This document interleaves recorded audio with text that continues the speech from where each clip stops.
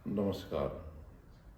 Geetika palmistry and research centre Bhopal से मैं RN. Mishra आपका एक बार पुनः स्वागत करता हूँ। हस्तरेखा की अगली कड़ी में आज हम बात करेंगे हृदय रेखा के ऊपर। जब भी हम किसी हाथ का अवलोकन करते हैं तो मुख्य रूप से हमें हृदय रेखा, मस्तिष्क रेखा और जीवन रेखा दिखाई देती है। आज हमने चर्चा के लिए हृदय रेखा को चुना है। हृदय रेखा का प्रारंभ हमारी सबसे छोटी कनिष्ठा उंगली के नीचे से शुरू होता है और ये यहाँ से निरंतर आगे बढ़ती हुई गुरु की उंगली की तरफ जाकर समाप्त होती है। ये रेखा यहाँ से चलकर शनि की तरफ भी समाप्त हो सकती है और सूर्य की तरफ भी समाप्त हो सकती है।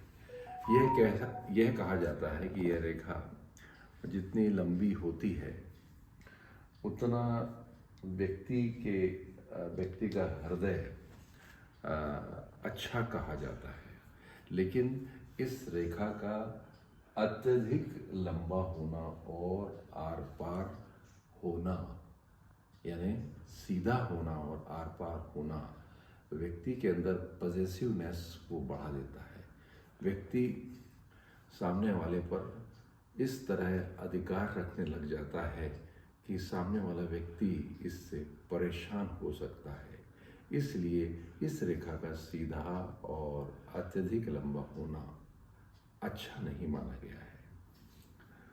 यदि यह रेखा यहाँ से चलकर गुरु पर्वत यानी तर्जनी उंगली के नीचे आधे रास्ते पर कहीं पर ये समाप्त होती है तो यह रेखा एक अच्छी रेखा मानी जाती है। इस रेखा के अंतर्गत अगर ब्रांच होती हैं तो ये ब्रांच यानी जैसे इसमें शाखाएं अगर निकली हुई हों तो इसको और अच्छा माना गया है। भारतीय ज्योतिष में ये कहा गया है कि अगर आपकी हृदय रेखा 3 भागों में अंत में बटी हुई है तो इसका मतलब ऐसा व्यक्ति घर परिवार से, आर्थिक रूप से, उन्नति के रूप से, सभी तरीके से वो अच्छा और संपन्न होता है।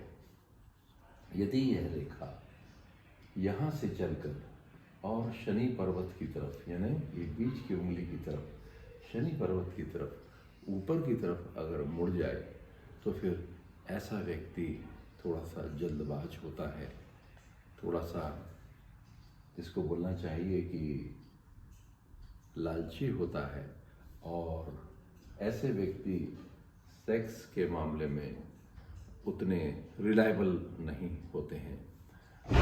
ऐसे लोग अपना स्वार्थ सिद्ध हो जाने के बाद में दूर हो जाना पसंद करते हैं, परंतु ऐसी स्थिति में हमको हाथ के अंदर अन्य लक्षणों को भी देखना होता है। यह हृदय रेखा अगर हमारी उंगलियों से ज़्यादा नीचे की तरफ है तो व्यक्ति का हृदय थोड़ा सा विशाल होता है, और अगर ये उंगलियों के नज़दीक अगर होती है तो व्यक्ति थोड़ा सा जल्दबाज होता है और अपने स्वार्थ की पूर्ति पहले करता है। यह कहा जाता है कि इस रेखा में थोड़ा सा टर्न होना यानी हल्का सा घुमाव होना ज़्यादा अच्छा माना गया है। अगर यह रेखा धीरे से घूमती हुई अगर हमारी गुरु और शनि उंगली के बीच में जाकर ख़त्म हो रही है तो इस रेखा को श्रेष्ठ रेखा कहा गया है। इस रेखा के अंतर्गत कोई भी टूटन या दीप या क्रॉस की स्थिति अच्छी नहीं मानी गई है। यह रेखा सुस्पष्ट हो, गुलाबी हो और अंत में शाखा युक्त हो और थोड़ी सी घुमावदार हो तो ऐसी रेखा को श्रेष्ठ कहा गया है। तो आज के इस